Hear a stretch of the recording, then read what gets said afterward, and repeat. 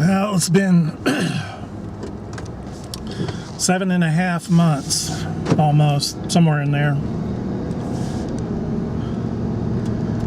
And things look as bleak as ever. So I think it's time to take the gasoline fund that I set aside for specifically for going to different job interviews and different locations, different cities, different areas. I think it's time to just go. This internet, business of trying to find a job is absolutely futile. I know that there are some people that find jobs that way, but I'm not one of them, evidently, and I've exhausted all the resources that the state of Texas affords anyone. And I don't mean unemployment benefits. I mean, they have one of the worst job websites I've seen of any that I've ever been on. New Mexico's infinitely better. So it's just time to actually physically go and do. The job market's getting worse by the day. The economy's getting worse by the day. And it just is astonishing to me how you can go on the internet right now and sit there and read article after article from the mainstream prostitutes that'll tell you that we came out of the recession in 2009. No, we didn't. And there's people out there a whole lot more brilliant and trustworthy than the mainstream media to back that up.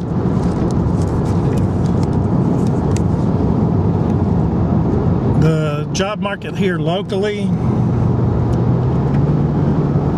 is bad. Even the unions are suffering, and how I know that is I got a card from the IBEW advertising for membership, which they can get on a fast horse and ride straight to hell. All the years that I tried to get on at the IBEW when the economy was good, and they came up with one lame excuse after another not to let me into their union, they can go to hell. But that is a road marker of how bad things are for the unions, that their membership is, what they got is memberships that are bailing on them, members that are bailing on them because the unions aren't coming up with any work. So the people are just having to go to non-union jobs. More power to them. Unions have failed people miserably in this country anyway. And there are people so frickin' brainwashed that'll tell you that, oh, I wouldn't have a job if it wasn't for the union, blah, blah, blah. Anyway, let them live in Fantasia. I have other things to do better than that. It's certainly better than supporting a lame, self-interested, self-seeking adventurers in the union, especially those that manage the pension funds. Anyway, the job market regionally is bad, so I may be having to look at, I got a couple of bites that would have involved moves of over 500 miles. And it may come to just having to do that. One thing I'm going to investigate that I haven't before is all these websites do have categories of temporary work. It may be better to just look for a temporary job. Anyway, things are on the exact path that I knew they would be if I hadn't found a job by now. And really, if you go back and watch my early videos, I said then I thought it would be 9 months before I found another job. Maybe longer. And as far as people wanting to know how I survive and get by. I'm telling you, and I've been telling you all along, that was in the planning. It's not from what I have now. I don't have anything now. It was by me preparing. I saw it coming a long ways away. I was in manufacturing. Not only was I in manufacturing, I was in oil and gas manufacturing. I saw this coming a country mile away. So I prepared. I did things like get a year ahead on the house payment. I did things like pay off all of my credit cards. Got out of all debt. The only debt that I have is the house payment, and it's a year ahead. Well, it's not anymore. It's 6 months ahead now. Those are the things that I sacrificed then, and also started accumulating long-term storage food long ago. So I was prepared. You ever heard the story of the ant and the sluggard, the ant and the grasshopper? Anyway, those are essential survival tools. You couldn't have a more important ethos than austerity now. Austerity can be your best friend in these situations. Nobody wants to hear it because this society is so conditioned to, I want what I want and I want it right now, and I'll throw a little temper tantrum if I don't get my way. People don't want to have to do without, but by doing without today, you ensure your survival tomorrow. Otherwise, I'd be in a pressure cooker right now. I would have already lost my cars, my home, my possessions. All of that I managed to avoid by the diligence of preparation and being fastidious in how you live your life. There's no magic to it. The formula is simple.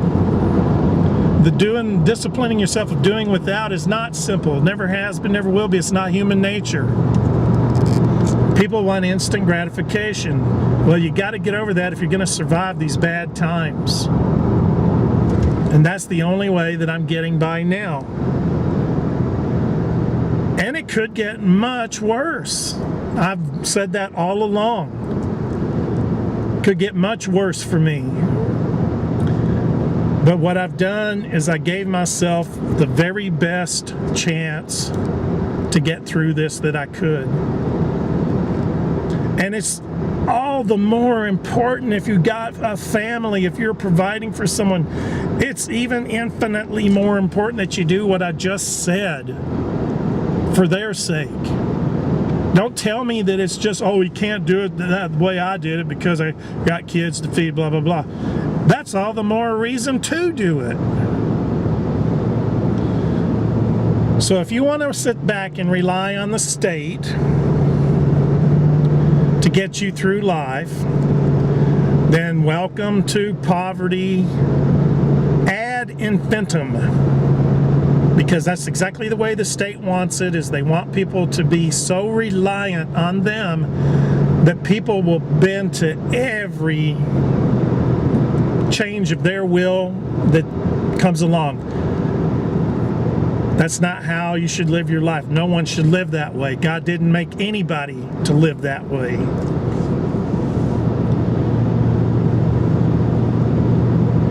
If you're disabled, if you have some reason that you can't, I mean a legitimate reason, that's different.